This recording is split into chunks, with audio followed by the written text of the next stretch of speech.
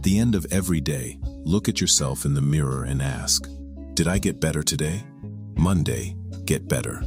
Tuesday, get better. Wednesday, get better.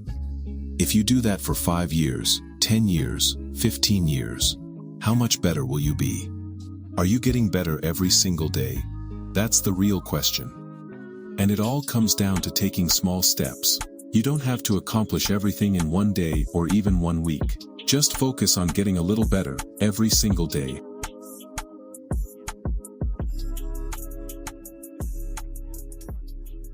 And welcome back to another episode of Real Estate AF, where the AF stands for And Finance. And I'm your host, Mark Jones, and we are powered by LoanBot, Smarter Mortgage Matching, where you can find it on Apple Store and Google Play. And today we're going to be diving into a topic that I think most would be terrified of actually talking about in public, because it is a very selfless way of going about life. And I say life because it doesn't just apply to your business. It applies to the way that you operate as a person, as a leader. And today we're going to be talking about servant leadership. And I've brought along two folks, one that has been on the pod quite a few times. I love having him on.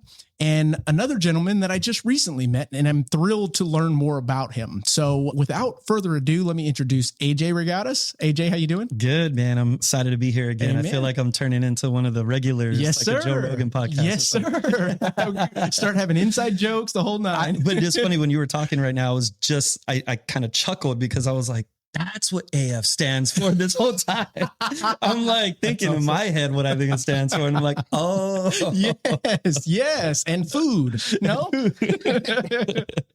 And then we have Rick Graham. Rick, how are you? Man, I appreciate it. I'm doing well. Yeah. When we talk about stuff like this, you mentioned he's been on it a couple times, and I was like, what does AF stand for?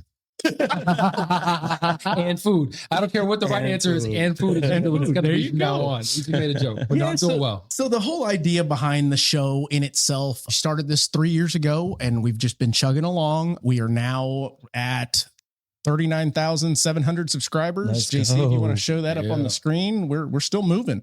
Just under 40,000 subscribers, and we are talking raw, unfiltered, true experiences regarding mortgage and real estate, entrepreneurship, leadership, insurance. We talk about all these types of things. And for me, it's become this very inexpensive therapy where I get to have intellectual conversations with cool people. Saves me plenty of money there, because we're not making money from the show in particular, but it gives us an opportunity to educate others out there. And I think that education and sharing is highly underrated.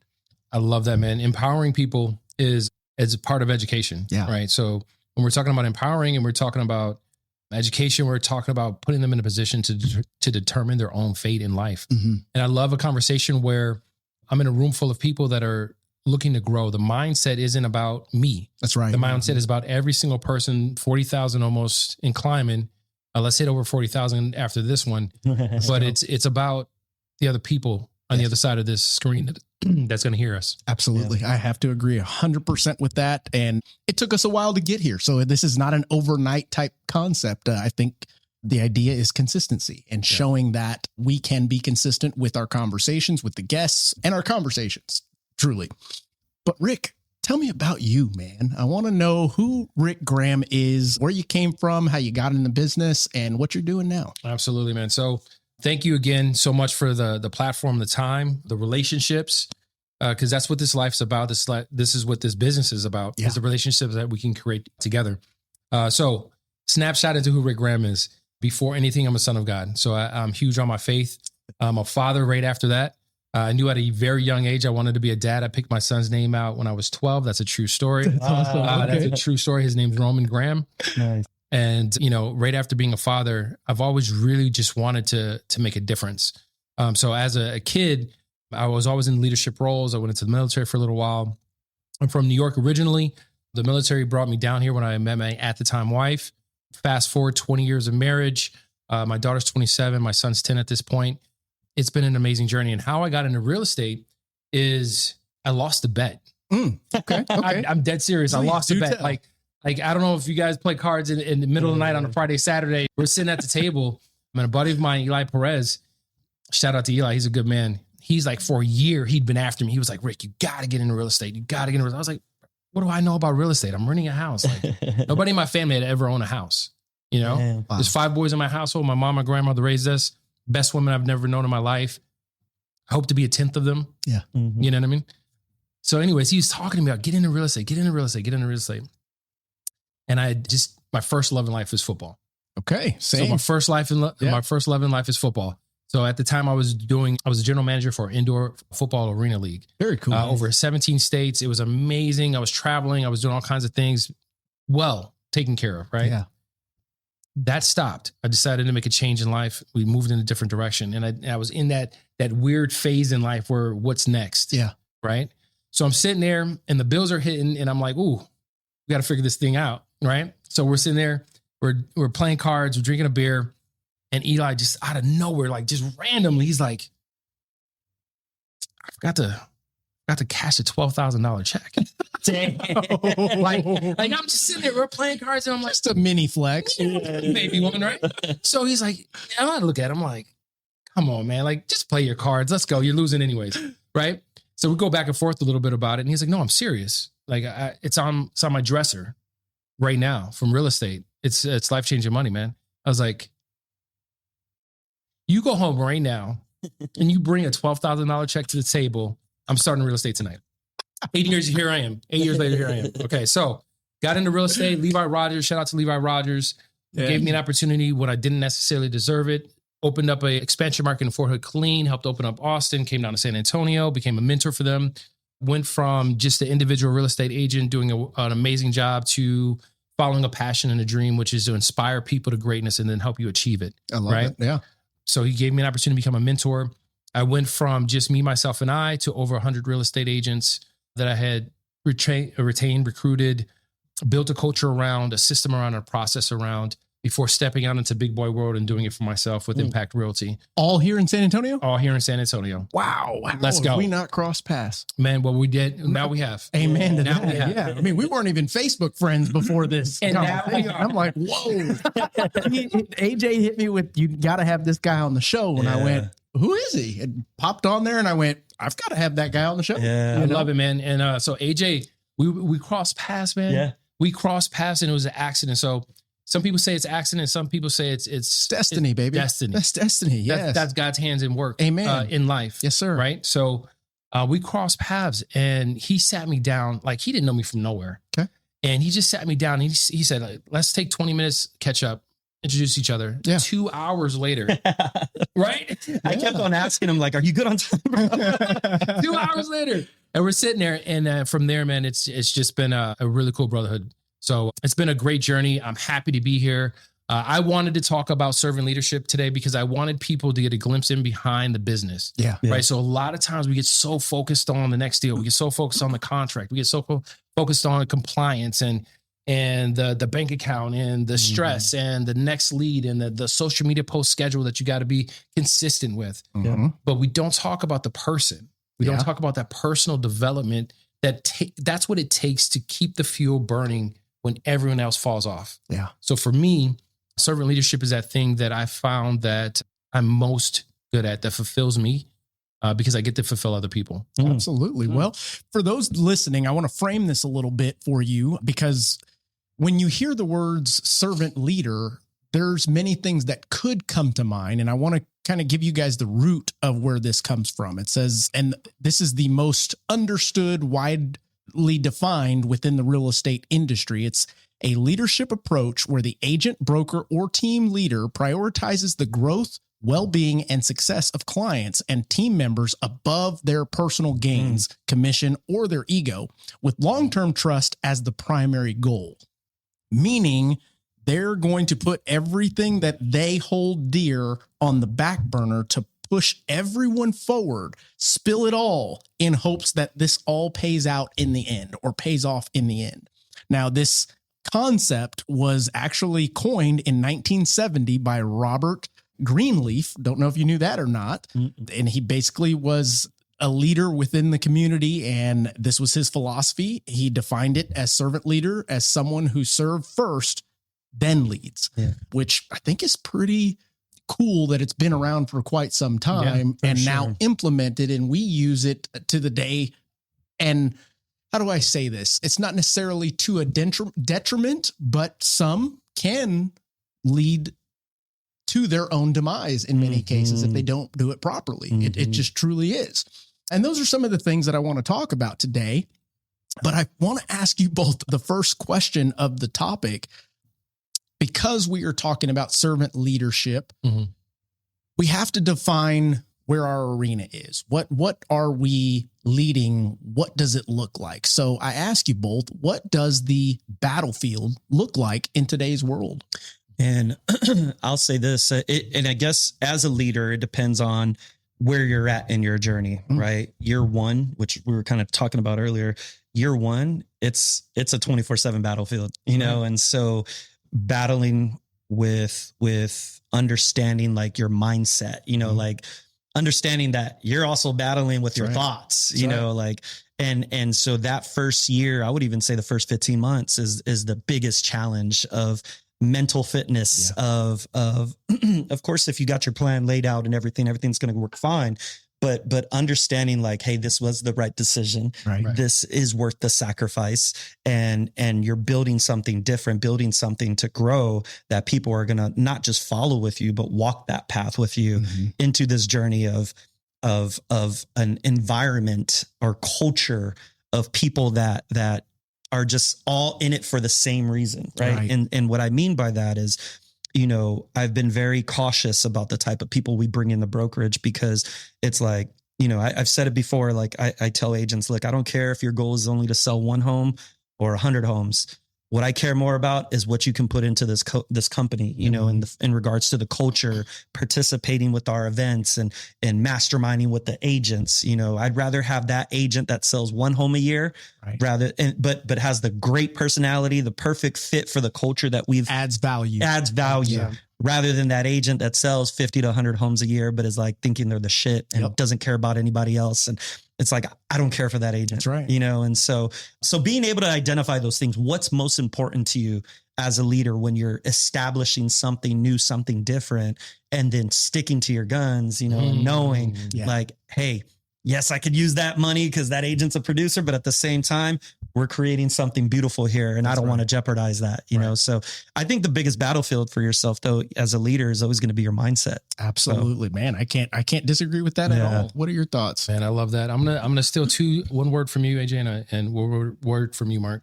You said trust and you said culture, right? So for me, I'm in that first year of ramp up, right? So building a team, figuring out what all that looks like. So for me, that battlefield is creating an environment where people trust you with the thing they're most holding dear, which is how they provide for what matters most to them is their family. Absolutely. Trust.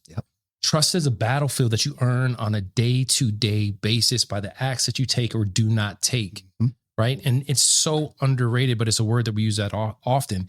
And from a business perspective, it's the culture. Right. Like, how do I create an environment that is conducive to somebody saying, I trust this guy to lead me forward to where I want to go, to get me to where I want to be, and then to challenge me, not just to maintain that, but to grow to my capacity, right? So capacity versus potential. So potential is something that is a future of what we can be, whereas capacity is right where we are, where our feet are in this moment. Right. So that's the battlefield for me. Like, and that's not to downplay the fact that this shit is hard as I don't. Absolutely. Yes, sir. Baby, if you don't know about starting a business or getting out there and doing something you've never done before, it is not for the weak-hearted. It is not for the faint. But I will tell you that this is one of the most rewarding things outside of being the first set of hands that held my son when he was born. This is one of the most rewarding things because I had a meeting this morning and it almost left me in tears because the people that trust me, the culture that we're all trying to create on our own different levels and different fields and different journeys and paths, it's there. They're winning, right? That's servant leadership. I go first. Yeah, absolutely. Yeah. So this is a question that I didn't pre-script, but it comes up right now in your conversation, which is as a producer, because you start as a producer, you can't really lead to a certain extent without going through it first. That's just my opinion. I don't believe in the whole those who can't coach. Yeah. I'm like those who did coach. The ones that did. How and at what point do you realize that that's the path that you would like to go down? Because it's servant leader, not servant producer. Ooh, does that make sense? Yeah, it does. Yeah. Well, so, and I hope I'm answering your question correctly, but what I'm taking from the question is, so in 2019, I started playing with the idea of starting a coaching program for realtors. Okay. Right. That's when I was doing my seminars for real estate agents, and it really took off. And that's what catapulted me when I started First Choice of a lot of agents joining, because it's like, man, I've been following for years. I've been going to your classes, or, and so that helped me. But my initial thought, my idea initially was I wanted to start a coaching platform. Okay. Never thought about starting First Choice Realty or anything like that. Like that was never in the future plans.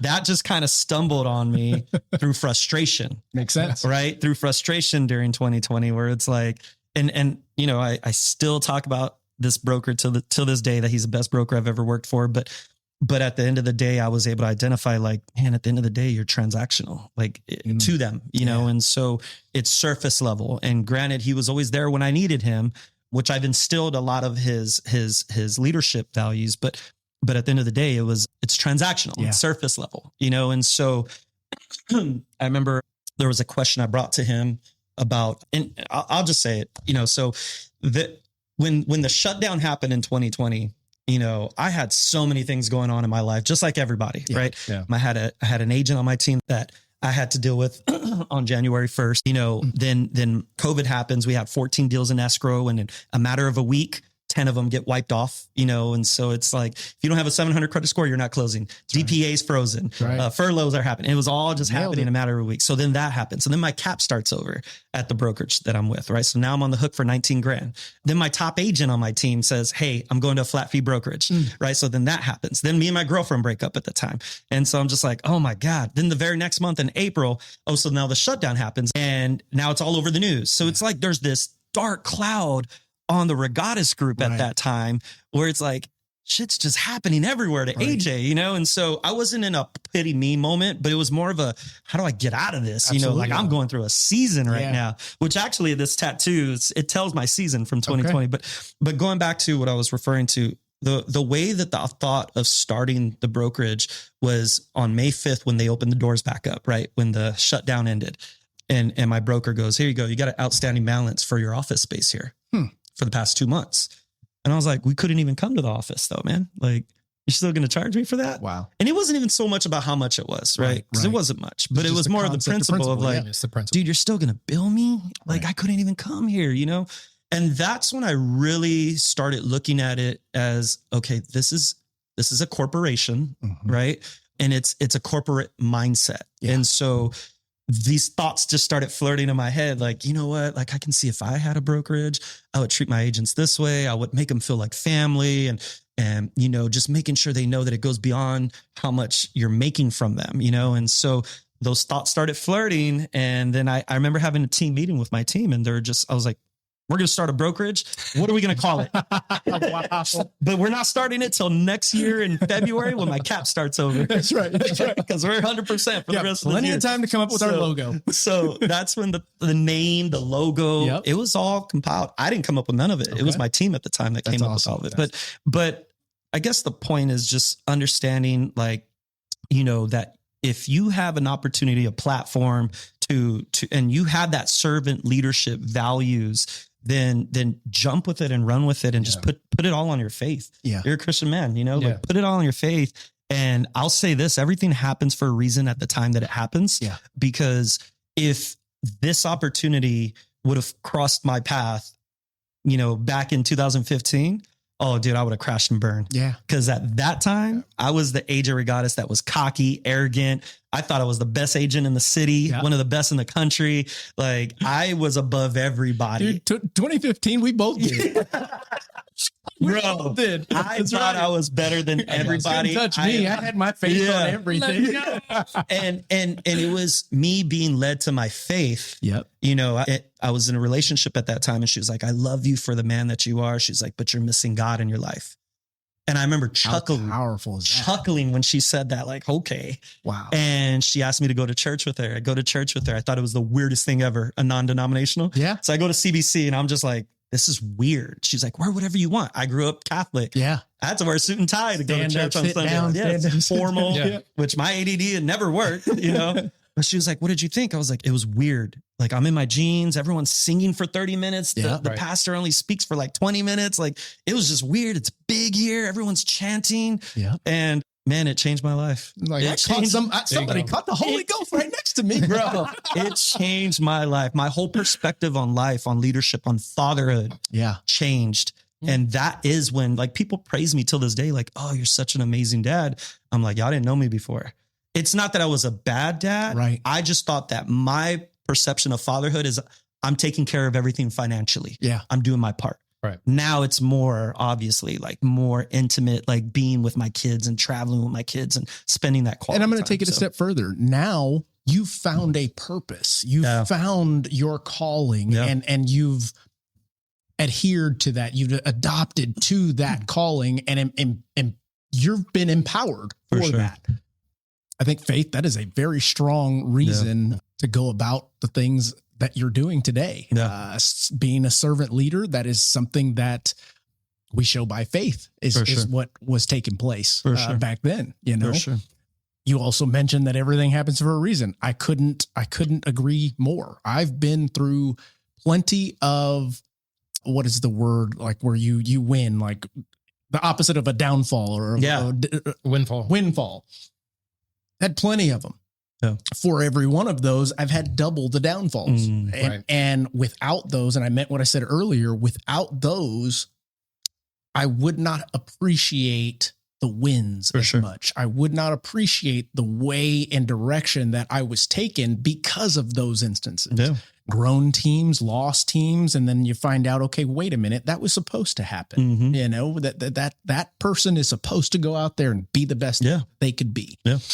How about you, Rick? Man, I love that. You guys are dropping some bombs right now. I'm going to be a little vulnerable with you guys because, you know, going from being a top producer or being a very good producer, hitting your goals, whatever, however you define it, and then turning that into being a servant leader or being a leader at all, right? You know, I'll be honest, I was ambitious. I was so ambitious. Yeah. I mean, like to the point where I was like, yo, I'm going to do anything and everything that I got to do the next thing that's going to get me to the next goal. And that was your mindset. Absolutely. Every person that's been in this podcast studio, I would say, has a variation of that mindset. We are going to do what it takes. Yeah. The whole team's gone. Great. Cool. Deal with it. Time to knuckle up and get going again. I was adamant. I was obsessed with growth. I was obsessed with doing more, having more, because, you know, I didn't come from much. You know what I mean? Like I owned my first pair of jeans that I owned by myself that I didn't have to share with nobody else. I was like almost 17 years old. Yeah. You know what I mean? Like, and I didn't know enough to know how bad it was. Right. Yeah. Right. It was just normal.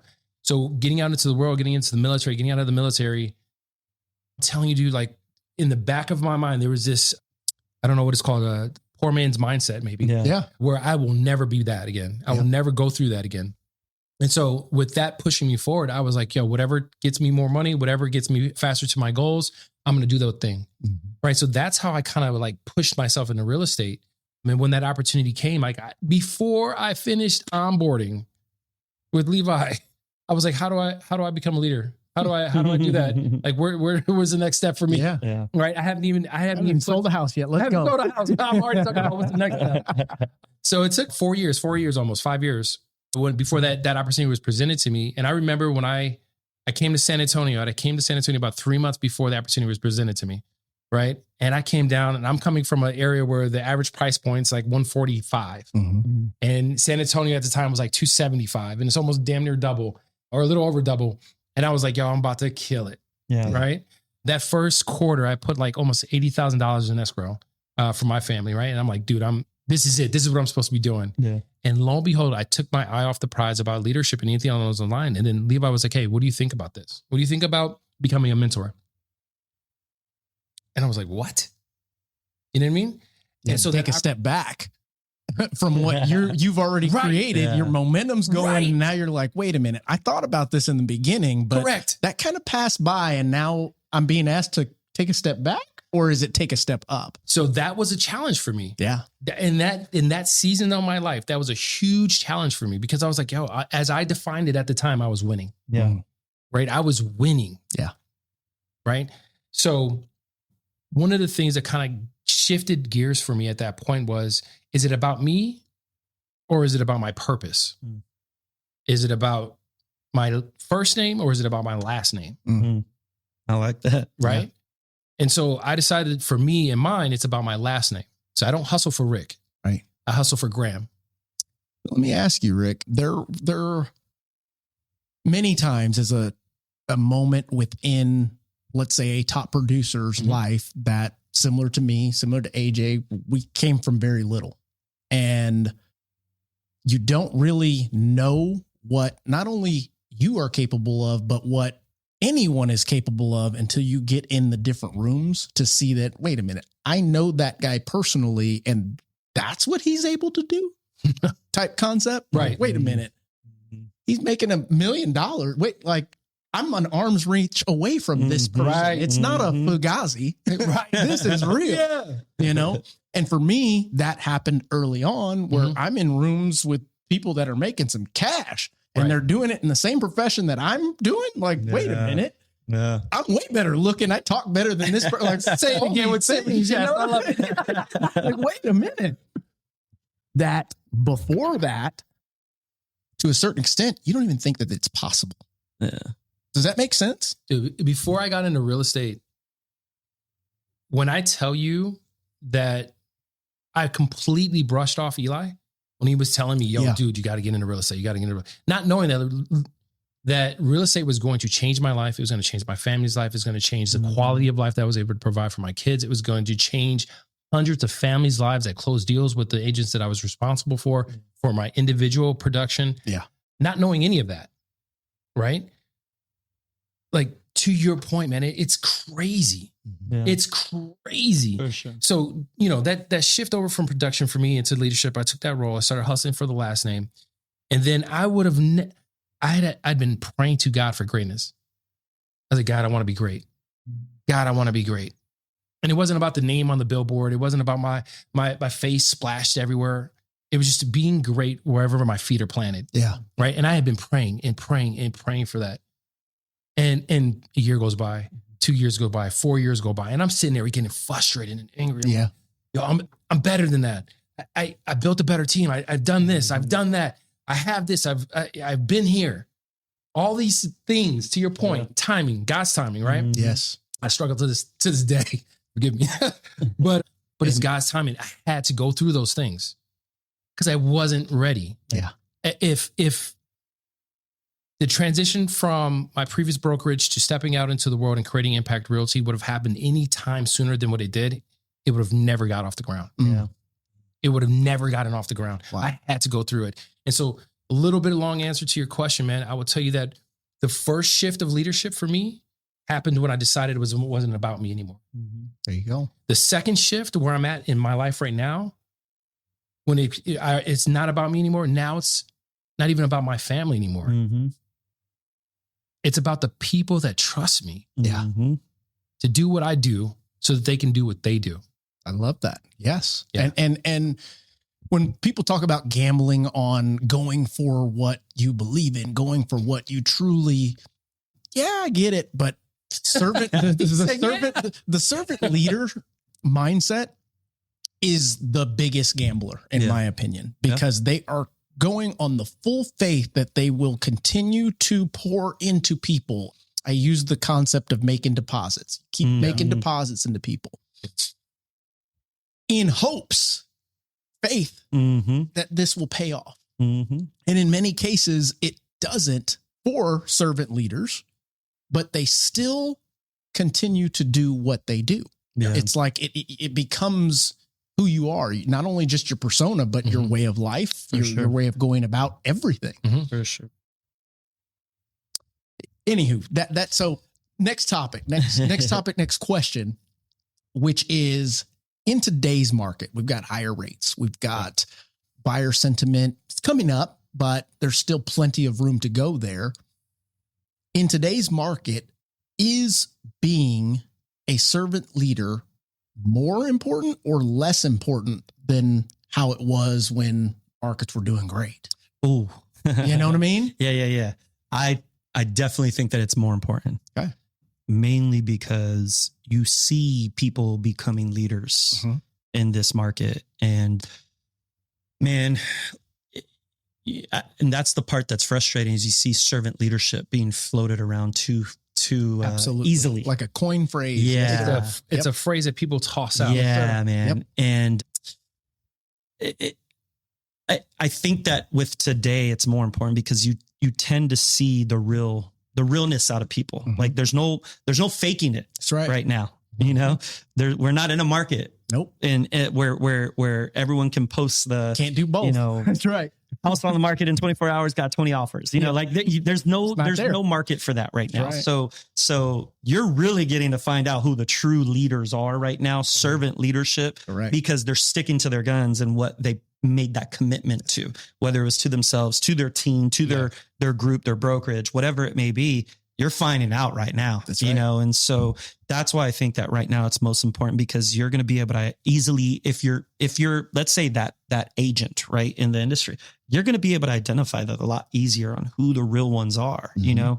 And so that's why I think right now is more important, because if we had that 2021 market that we had right now, everyone's going to be calling themselves a leader. Everyone's going to be calling themselves a top producer. Everyone's going to be saying they sold this listing in X amount of hours. You know what I mean? That's a great point. It's, I think right now we're getting to identify who the real ones are. Yeah. And not just in leadership either, though, just the producers, the ones that talk. Yeah. Are they backing their guns now? You know, like, are they sticking to what they say? Absolutely. So yeah, I think that right now. So with you, when you started your brokerage, and it leads me to this question, did you go into it with the concept of, and I think I know the answer to this, systems first or people first? People first. Okay. Yeah. It was. And the people, I would imagine, help develop the system. Yes. Okay. Yeah. Because one thing that I've been very open to the past several years is constructive criticism from your people. Yeah. Right. Yeah. What is it that you would like to see more of? What do you wish we had more of? You know, but also before that, it starts with when you're bringing that person on, there's these two-part questions I always like to ask that agent is where you're coming from. Yeah. What do you wish you had more of? And what are you not happy with? Why are you entertaining leaving where you're coming from? Right. You know, because for one, I want to see if we can offer what you're looking for. Otherwise, we're just going to be that revolving door. The next one. Yeah. You know, or is it even realistic what you're expecting to get? Good point. You know, because if it's not realistic, then I don't know if I want you. Yeah. You know, good point. Because you're just going to be a problem. And so when you ask those questions, and of course you got to go off of what they're telling you and have use your gut, right? Of course. Your intuition. But at the same time, going off of those, asking purposeful questions to bring on that potential talent, and then opening up the door to those people by saying, hey, now share with me, what do y'all want more of? What do you wish we had more of? I have made several mistakes in regards to bringing on that wrong agent, where it's the mentality of, what have you done for me lately? Yeah. You know, and you got to be careful with that. Absolutely. Because that not only is a problem, it can become a bigger problem, because that cancer is infectious. It spreads. Yes, sir. It spreads. Also, you're just never going to satisfy that person. I was going to say that agent, but that person, they're never going to be satisfied. You know, there's been countless moments where I can identify, I've done specific things where I've gone a little bit above and beyond for that agent, because I just see what they're going through. I know what they're going through. And then a month or two from then, it's like, yeah, but what have you done for me lately? You know, not necessarily saying those words, but you're that mindset, you know? So yeah, being careful with that too is very important. So Rick, have you ever gone through something similar to that? Because I personally have, and nothing kicks your belief of why you set out to do this and the path that you're on, and makes you question things when something like that happens. Absolutely. You've got these folks that you're pouring into, and the most important thing to them, fast forward, is what have you done for me lately? Yeah, absolutely. Mm-hmm. And I would tell you that, I used to think about it like a negative thing. Like, this is a negative thing, right? Like, how could you don't see all this value. You don't see all this time. You don't see all these sacrifices. You don't see my care. You don't see my consideration. The fact that I'm putting you before myself. You don't see all of this. Yeah. Right. I used to feel that way because I wanted their success more than they wanted their success. Such a good point. Such a good point. Yeah. Elaborate. Go for it. I'm telling you, man, like, I've never been the smartest man in the room. I've never been the tallest, the strongest, the fastest, none of it. I've never been best looking, maybe. top two. Come on, man. Top two. But I'll take that one. But I'm telling you, like, that's always been the case. So I've had to work my ass off. Yeah. My mom, not my mom, but my grandmother's from South Carolina. She was born in like the 1990s or 1912, 1918, something like that. Right. Mm-hmm. She came up in a whole different culture, time in our country, politics, all kinds of things, right? But I remember when I was a kid, my grandmother would always tell us, like you got to be better than everyone around you to get the fair shot. Yeah. Right? Right, wrong, or indifferent. And I'm not saying that's today. I'm not saying it's applicable to this moment, but I'm telling you that's how I grew up. Right? My grandmother, she'd be sitting out in the basement with little brown bags trying to hide her little beer that she's drinking that she's not supposed to be drinking. And she on her medication. Something I would do. Hey, I'm dead serious, bro. And she'd be like, shut that door, baby. And I'm not sitting talking to her. And like, she'd sit there, and I remember sitting on the steps at her feet, and she'd be telling me different things. And one of the things that stuck to me was, you gotta be better just to get the fair shot. Right? Yep. So I say all that to say, that's how I approach my business. Yeah. That's how I approach my life. That's how I approach my family. Yeah. That's how I approach myself. Like, I hold myself to an extremely high standard, to the point where it may be unhealthy at sometimes. Right. But I realized that I felt so negative about the fact that these agents, when you pour into them and you're doing these things and you're sacrificing, you're giving, and somebody told me this, the tie always goes to the runner. And in our business as leaders, that's our agents. Yeah. Right. And that's how I came up in the business. Yeah. And it wasn't until I realized that I wanted their success more than they wanted their success for themselves. And it wasn't until I realized that I can't do the work for them. Right. And I have to be okay with a true, authentic look in that mirror. When I wake up in the morning, disregard the messy hair and the dragon breath. You know what I mean? I'm good with the man in the mirror because I know I showed up for the people that mattered. I know I was consistent. I know I did what I said I was going to do. Yeah. Right. And when I fall short, servant leadership point that I embody for myself is I own that. Yeah. I don't ask anybody to take responsibility for the outcomes beyond myself. That's right. Whether it's mine or not. Yeah. Whether it's mine or not. I love that. So you mentioned something, and I don't want to get political, but I do want to bring this up. You mentioned that your grandma used to tell you that you needed to be better than better.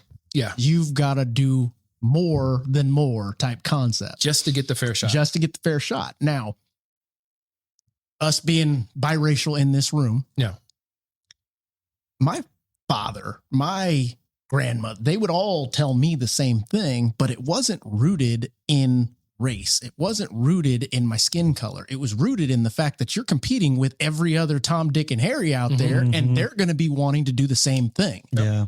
And I say that because I come from a family with the white grandma, Mexican grandpa, black grandparents on the other side. I mean, we didn't care. Yeah. They would party together. Everyone would party they together. would fight together. All of it didn't matter.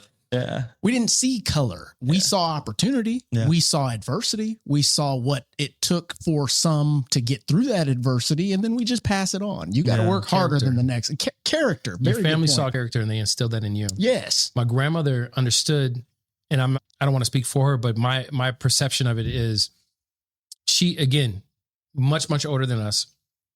And it was rooted for her She in saw race. a lot of different stuff. Right? Yeah. But beyond the race, because beyond the race, because my mother adopted all of us. So we're all adopted. So there's 5 boys that my mother adopted. Getting a little personal with you guys for a little bit. Is it safe to do that? Absolutely. Let's do it then. My grandmother and my mom adopted all 5 of the boys that were raised that are my brothers, right? Mm-hmm.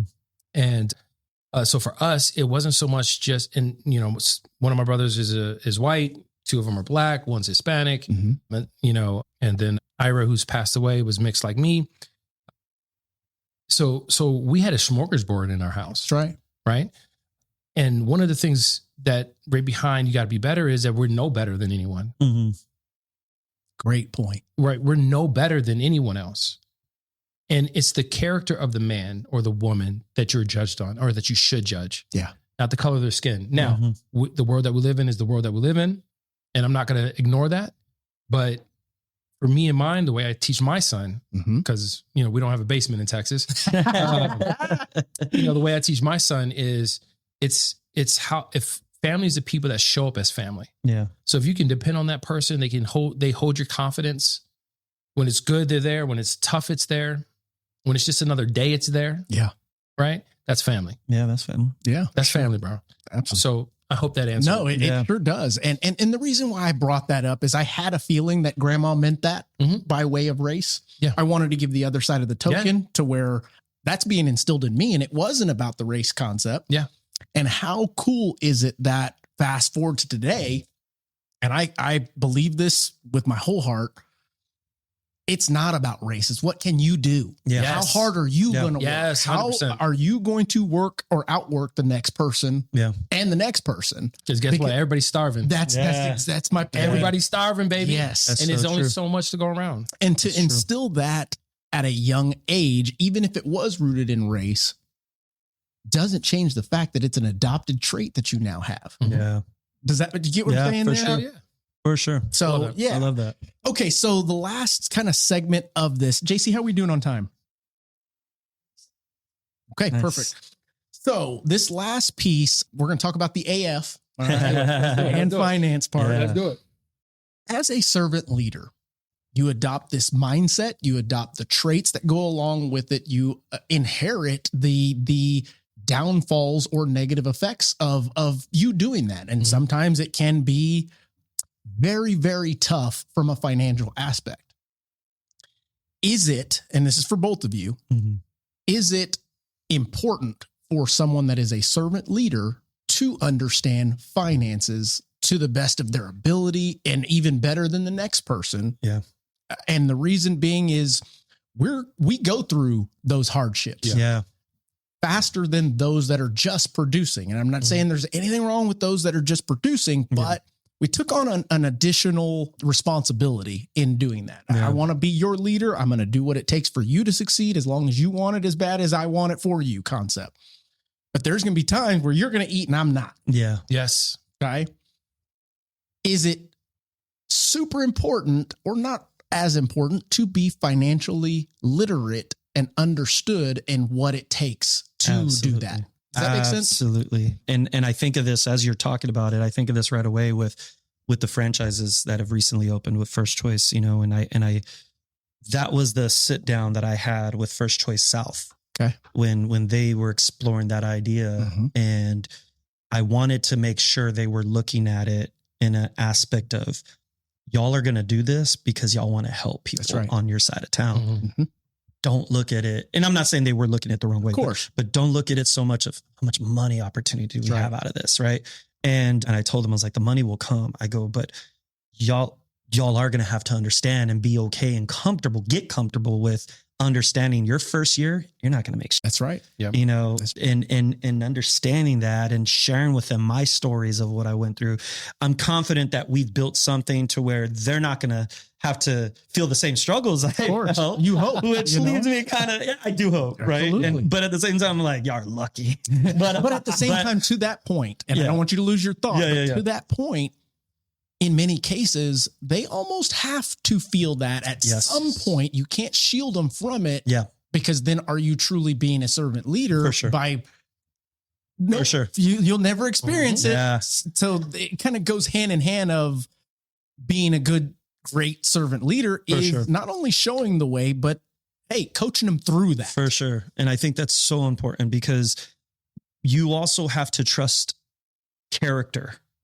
Character really gets tested when your feet are put to the fire. Absolutely. Right. It's easy to say right now that we want to be or become a servant leader, right? And open a business and run a business. And I have a vision that I'm going to take care of my people and it's going to be just all gravy, you know? That's right. And then when you go through the actual trenches and it's like, holy shit, we had a bad month. That's right. Oh, we just had a back-to-back bad month. Oh, we just had a bad quarter. And this has been a tough year. Yes, sir. Do you still hold to those same values? Right. Right. And that's so important because it's not talked about enough. No, it's not. As you know, I remember my first 2 years at that, you know, with First Choice, where it's like, you have to be able to wear the dad hat and be an amazing dad still. You have to put on the hat and be an amazing boyfriend. Yep. You got to put on the hat and be an amazing leader to your people. You got to put on the hat and say, okay, I got to figure out how I'm going to pay that. That's right. And so, and all while leaving whatever's going on in your life at the door. Back burner. Yes, sir. And, you know, I've shared with a couple of my agents when they ask me, right? Sure. You know, I've shared with them some of my struggles that I've had early on with starting First Choice and the personal darkness that I went through, you know, that I didn't open up about. And I was keeping that at home. But as soon as I walked in the office, I'm like, good morning, everybody. I'm ready to train. I'm happy. I'm excited. Leaving the office, I'm like, oh man, I got to go home. And now everything's sinking in. And it's just like, so that's where I feel like that true servant leadership also gets tested, because when you talk about financial literacy, you know, that is important that you understand that how to try to minimize or prevent that from happening to you. But at the same time, if it does happen, how to deal with it. Right. Yeah, because no one's going to give a shit, you know, and it's all up to you. And they're going to praise you or the company or your agents when everything's going great, but then everything's going bad. It's all on you. That's right. It's all on you. No one else. It's all on you. Yeah, nobody's coming to save you, dude.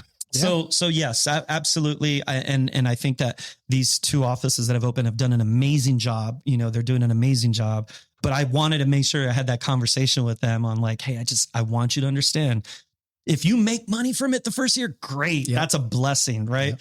But don't go into it that first year thinking you are. Like, go into it thinking like it's going to be a challenge. We're going to have to make some financial sacrifices, you know, at home with the family, whatever it may be. But it's because you're building for a bigger cause, a better cause, you know. And so, you're betting, gambling on yourself. Yes. You're gambling on those around you. Absolutely. So Graham, for you, because we're on the concept of financial literacy, servant leadership, and today's market. How difficult, I'm not going to say, is it possible? Because I know it's possible.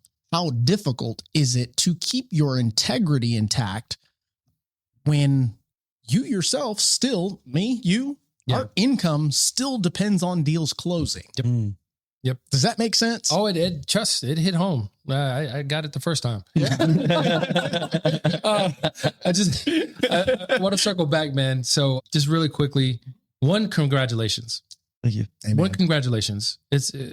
You did the work. You took every opportunity you had to make a difference, and now you're expanding that reach. And congratulations. Thanks, man. So if nobody gave you your feather today, I'm going to give it to you. I appreciate you, bro. Congratulations, bro. Thank you. Seriously. And so, and it gives me hope. Yeah. Talking about this, that my time too will come. Yes. Right. My time too will come if I stay faithful, if I stay resilient to the purpose, you know. And I think that it's so very, very important when we're talking about financial literacy to set expectations, man. So a lot of people, and I think that that's really what you were talking about. Yeah. And that's true for me too, as well, is because I was brutally honest with myself when I said, I'm going to do this instead of taking a 9-to-5 job and securing a 6-figure salary and living a good life. Yeah. Right. That was a choice. You would have hated it. I think so. You'd have hated it. I think so. I think I'm right where I'm supposed to be. But that's my choices, man. I can secure the bag, move on with life and live a good life. Or I can do what I'm called to do. And I chose a harder path. But part of that is I knew that I was willing to put every dime that I owned. I was willing to sell the car, sell the motorcycle. I was willing to get rid of the ATV. I was willing to take out my investments. I was willing to cash in the crypto. I was willing to do anything and everything that it's going to take. I was willing to build relationships and partnerships, strategic partnerships that would allow me to get to the point where the vision is secured. right?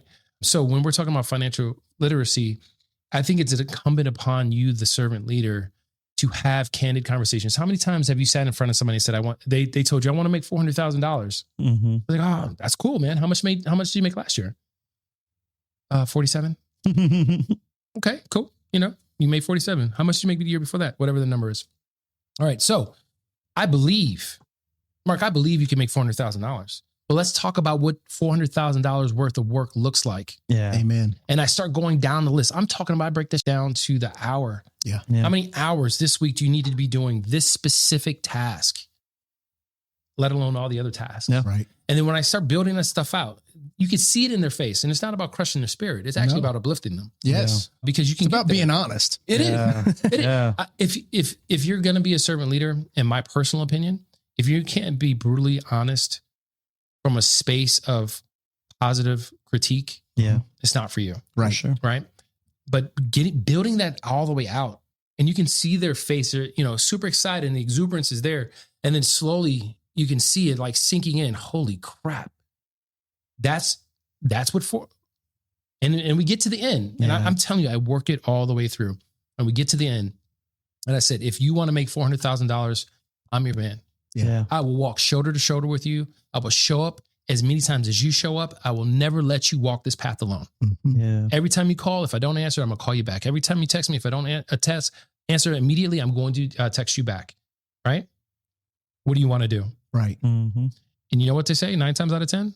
What does $100,000 look like? Yeah. I'm dead serious. Yeah.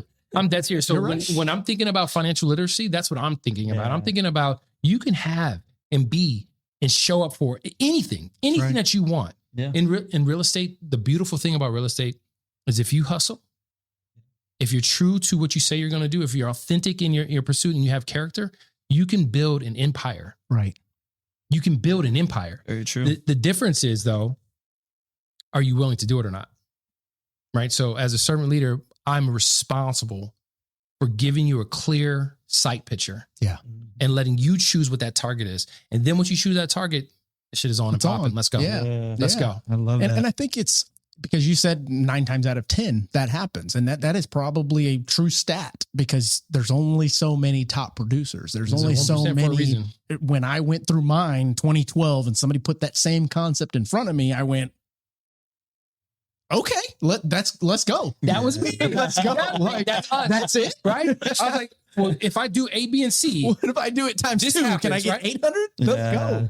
but Yeah. it's all the mentality, right? Yes. So, and it's okay wherever you are. This is one of the things I try to get across to real estate agents too a lot is it's okay to be okay. It's okay to be exactly where you are. It's okay to set whatever goal you are. Stop comparing. Comparison is a thief of joy. Yeah. Stop comparison. For sure. Stop looking across at somebody else's social media and saying and looking at you have a car that works, stops and goes when it's supposed to. Never, it's dependable. It never breaks down on you.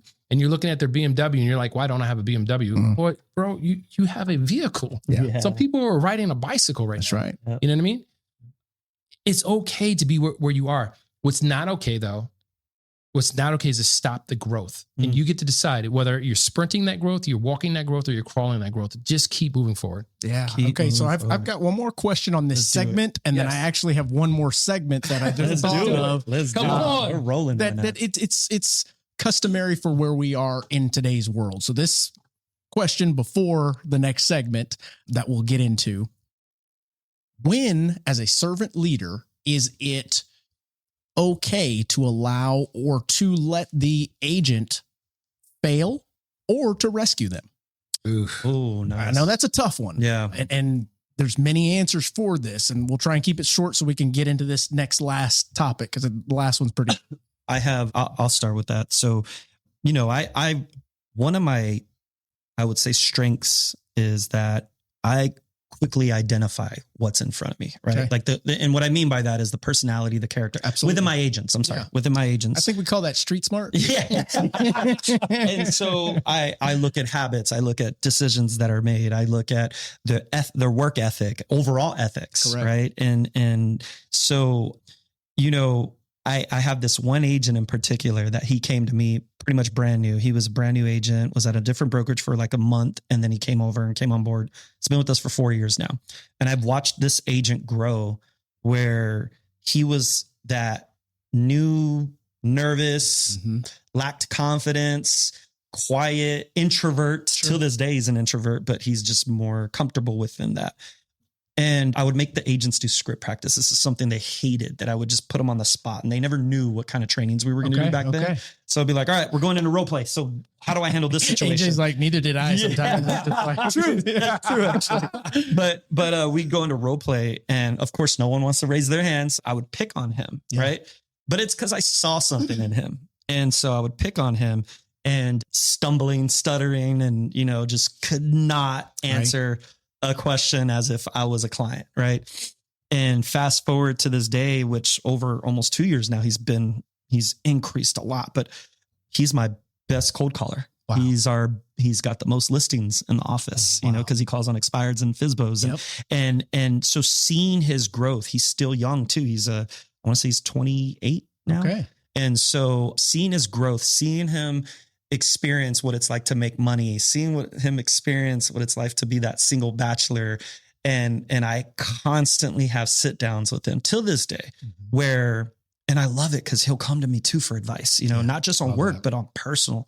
Yeah. And so, which is with a lot of my male agents, they come to me for advice. Factor, for sure. Yeah. And there's been times him and I have a relationship where I can talk so much shit to him. Yeah. Right. And humble him. Right. And he receives it. It's one thing to receive it, or you could tell he's checked out. Absolutely. This dude listens and he absorbs everything I have to say to him. Yeah. And I've had those discussions with him where I'm like, bro, you need to chill out.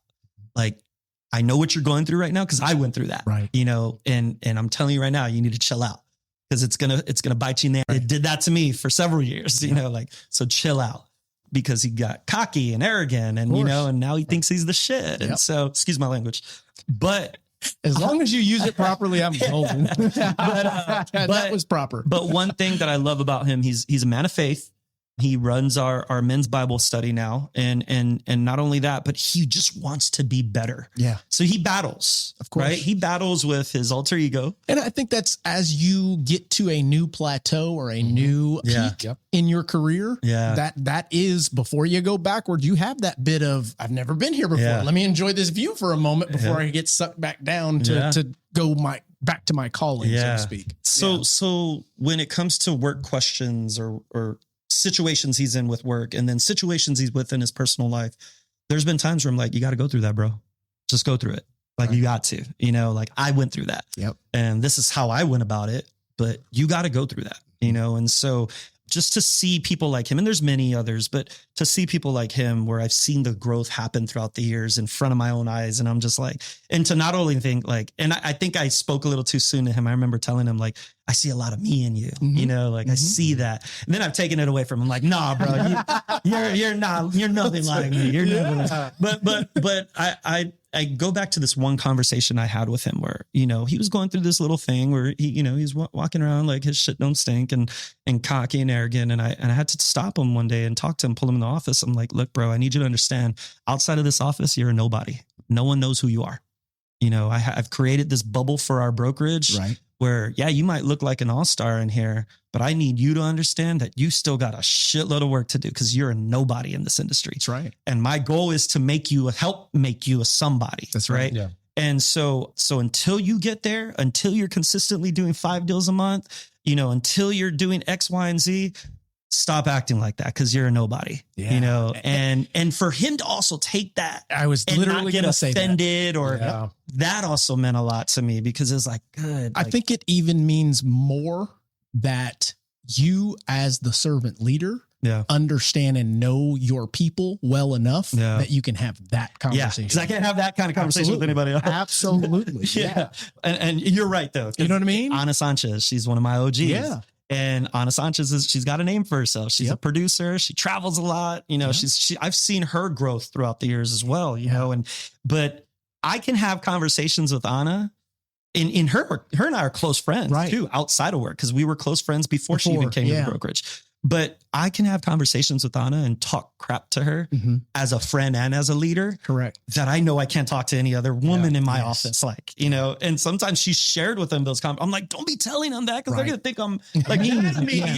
Like, don't say that. No, it's different strokes. But so you're right. So identifying your people, their characteristics and their personality, understanding, okay, I know that I can get through to this person with delivering my message this way, but then that person has to be delivered this way. Yes. Otherwise, that agent's going to cry. Absolutely. And I've had an agent in our office tell me, you made me cry. I thought you didn't like me when I first joined. And I'm like, no, I was just testing you. You know, I love everybody. Makes perfect sense. Yeah. Rick, what are your thoughts? Man, I'm going to share two quick things and then I think we can. So I think the first thing, you know, to kind of summarize, when it's okay to let your team fail or that agent fail, right? I think my first response, what first came to mind for me was when I realized that I'm their crutch. Yeah.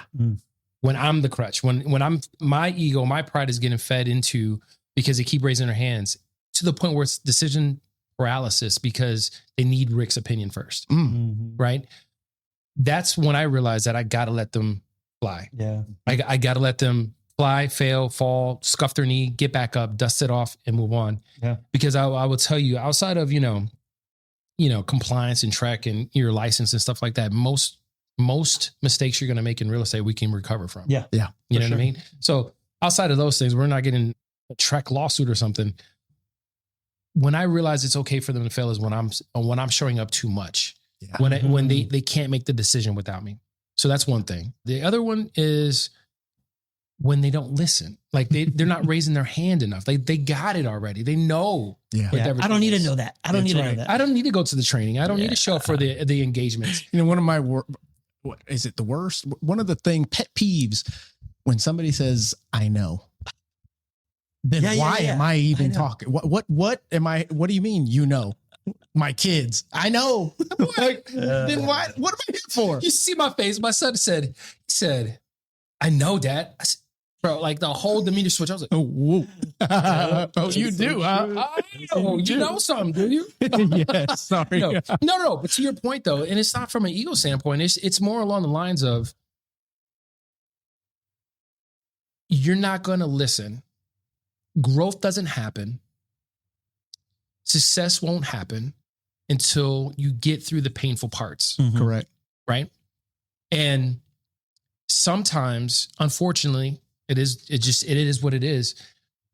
It's going to hurt, man. Mm-hmm. And trying to protect them from every little owie. Like my son's mom is a mom. She doesn't want anything to happen to her baby. Right. And rightly so. That's her baby. I get it. But as a dad, I'm like, no. He needs to scuff his knee. Yeah, absolutely. You know what? Yes. It's bleeding. Yeah. It is bleeding. I'm going to patch it up. I'm going to look him in the face and I'm going to let him know, hey, it hurts, right? Mm-hmm. What did we learn? That's right. Mm-hmm. Right. So that's the other side to that coin. So one is when the decision paralysis happens and the agent needs confirmation for every step that they take. Yeah. Right. Then I push them out the nest a little bit more and say, hey, you got to make a decision. Come back to me with a result. Well, yes. So I want to add to that, man, because one thing that I worked on a couple of years ago that to get better at is obviously I was the one that they called. Yeah. Whenever there's questions, you get calls, right? And I started realizing, man, sometimes some of the same agents are asking me the same questions over and over when they call me.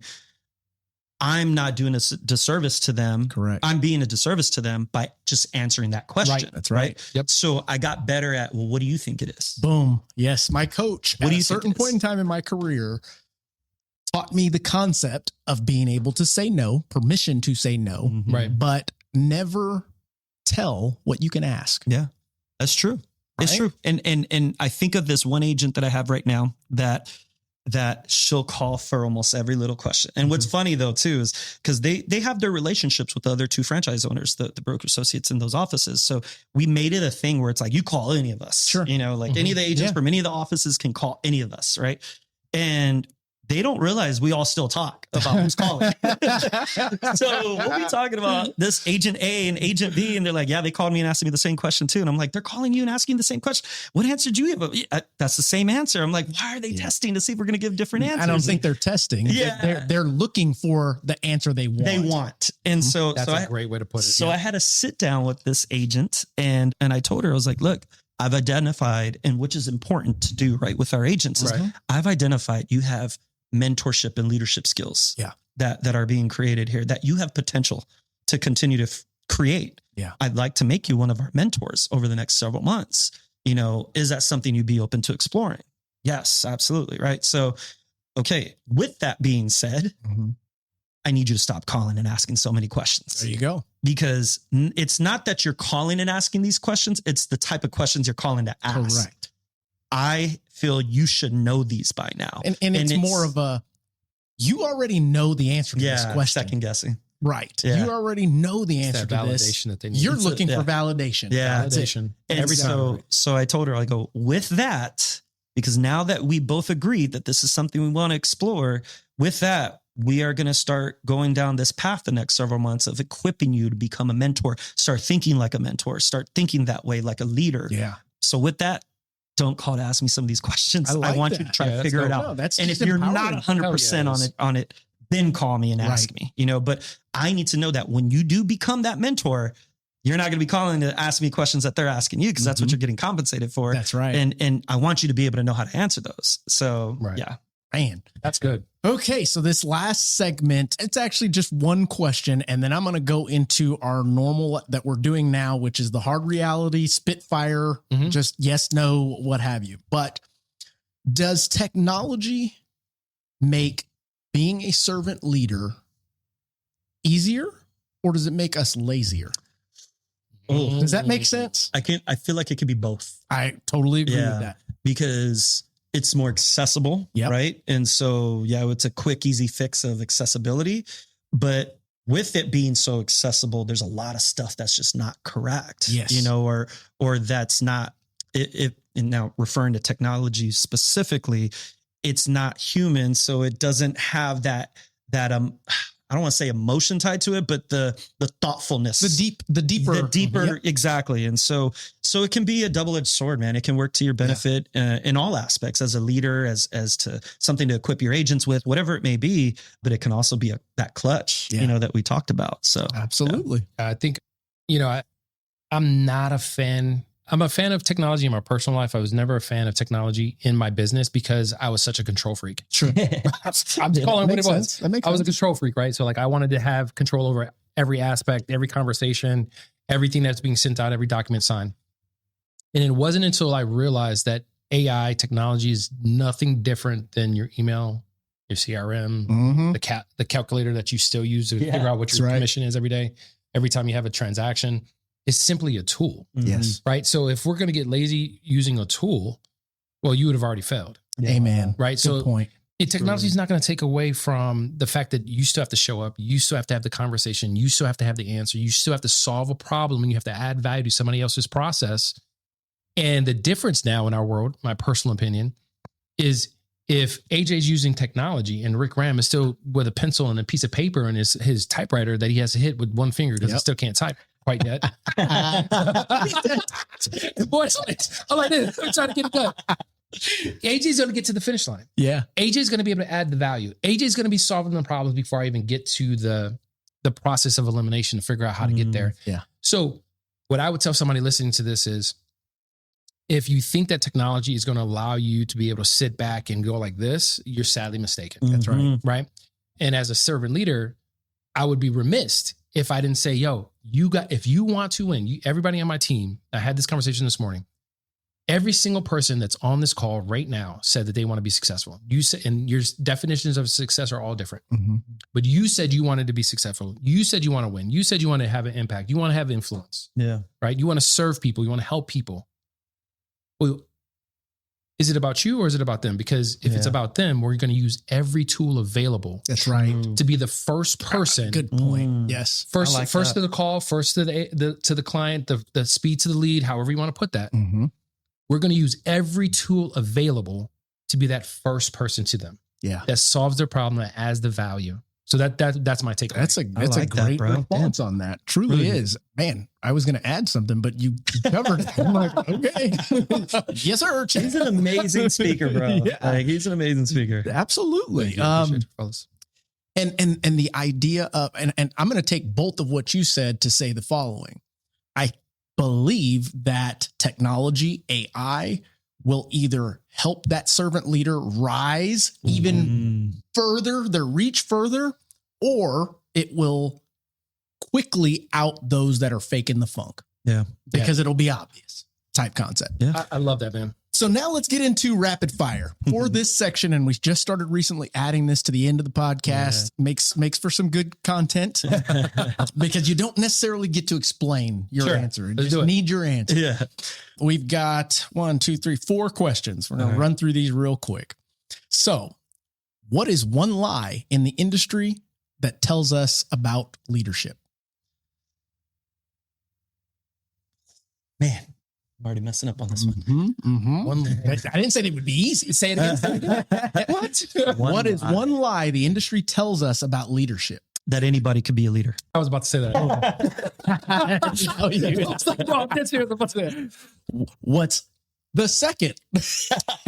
Okay. That it's easy. Okay. Yeah. That it's easy. If you do this, this, and this, it's easy to be successful. I've seen many leaders say that. And that's a lie. They are wrong. You are correct. 100%. Yep. Number 2, what's something you've changed your mind about in the last 5 years? In regards to leadership. In regards to any of this stuff. That I'm not as faithful as I thought I was. Okay. I'll go with to not be so accessible. Okay. Yeah. That makes sense. What leadership advice is overrated?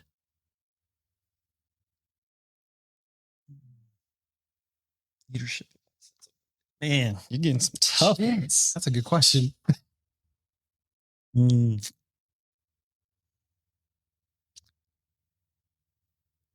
If it helps, the next one's super easy. But leadership. Ask the question again so I can hear it. What leadership advice is overrated? Don't trust someone that hasn't done it themselves. I love that. Yeah. Okay. That's a good one. Yep. Yeah. Shit. Yep. Every dream's not a dream. Okay. No need to explain. That's good. I like that. Okay. So here's the last softball. Would you come on? No, we need a wobble balls, bro. Would you rather have a loyal average agent or a high producing selfish one? Loyal average for sure. Loyal average. Yeah. For sure. They're the ones that carry the torch. They're the ones that, it's so crazy, man. Let me just add to this real quick because it was a very aha moment, but I think it was also an oh shit moment for a lot of my agents. So every month I do a leadership meeting with just my top producers. These are all my cappers, right? So these are the ones that tend to be the loudest, right? And we're in our training room and it's about 15 of them and 15, 20 of them. And we're sitting there and we're going through mastermind because I do mastermind for them. So that way they can be in the room with just each other masterminding. But I told them, I go, does anyone know who the poster boy or who is the reflection of what First Choice stands for and who we are?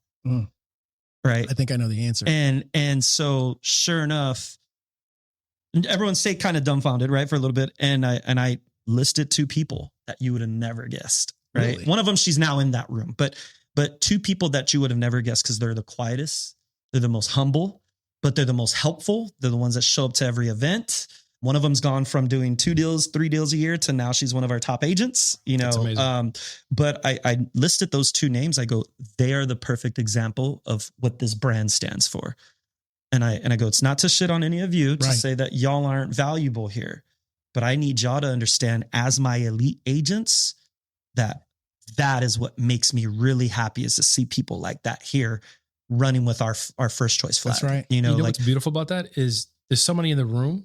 One of the names you said was sitting in that room now. Yeah. Right. So it's not mutually exclusive. Oh, she cried. Bro, you can be a top producer and have the character, and not say anybody doesn't, but be the thing that reflects your business, your team, your leadership, your culture, right? It's not, you're not limited to a low production that reflects my value anywhere along that chain.